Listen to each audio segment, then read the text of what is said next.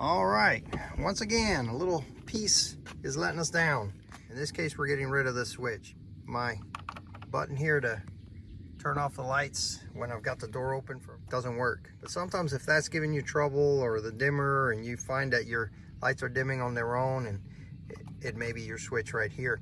But in my case, it was this little button here. I have to admit, I did get the cheaper version.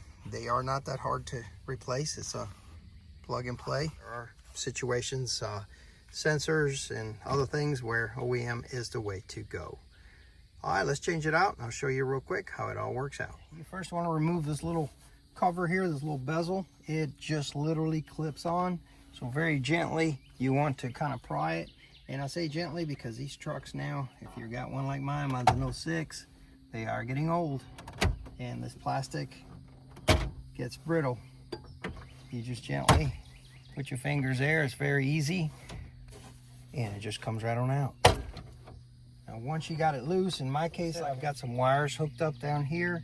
I'm gonna have to undo those. Now, in order to remove that whole thing, before I unhook the wires, I wanna show you, you have to turn the key. Make sure and put your parking brake on and put the gear shifter all the way to first gear. Lower your steering wheel as low as it'll go, and that gives you access to be able to pry this and get it up. Again, gentle as you can, and that's it. All right, now that I've just undone those wires, yeah, see, it comes right on out. Makes it much easier to work with. At this point, you want to bring your truck back into park to be safe, and you can turn your key off. Now we can work on the switch. Okay, let me show you something. You see these little tabs up here? There's one on top, two on bottom. They kind of stick out like so. That's what holds the switch in place besides the wiring. These little tabs, again, very gentle. You want to bring them down enough to bypass the tabs. What I'm going to try is doing the bottom, tilt it, and then maybe that'll loosen the top and I can wiggle it out. Let's give that a try. Get a screwdriver too, but I'm going to try to gently do it with my fingers. I'm pulling out as I'm pushing down. Right there. And that seems to have done it on bottom. I may have to get a screwdriver for the top. I thought I could wiggle it out enough. Actually, let me try this pocket knife and see if I can. I've already got it loose on bottom like you saw. I'm going to try to kind of push up here. Yep, that did it. Just enough to push the tab up to let that tab go around, and it comes right on out.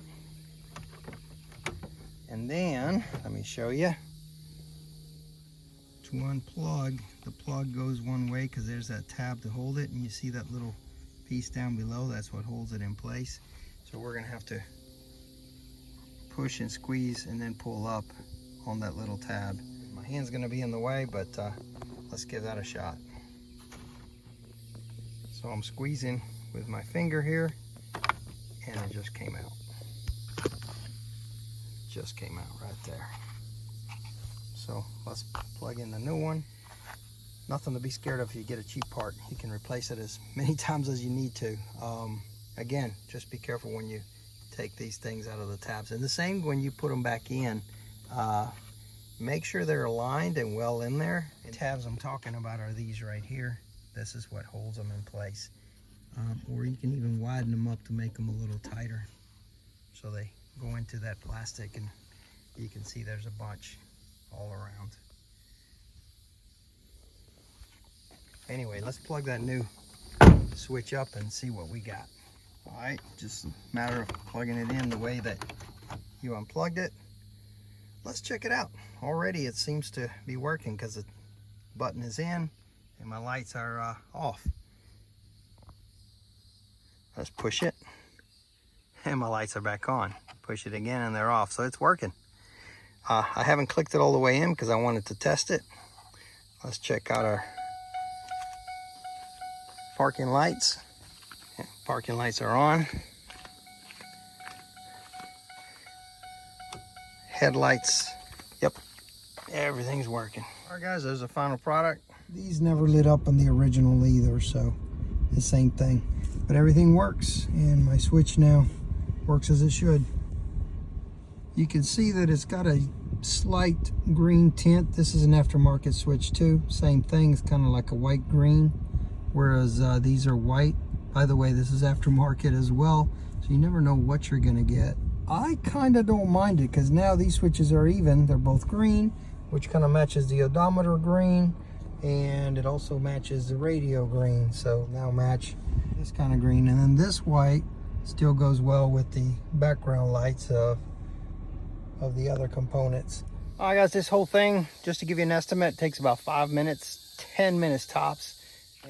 Y'all take care. Catch you on the next one.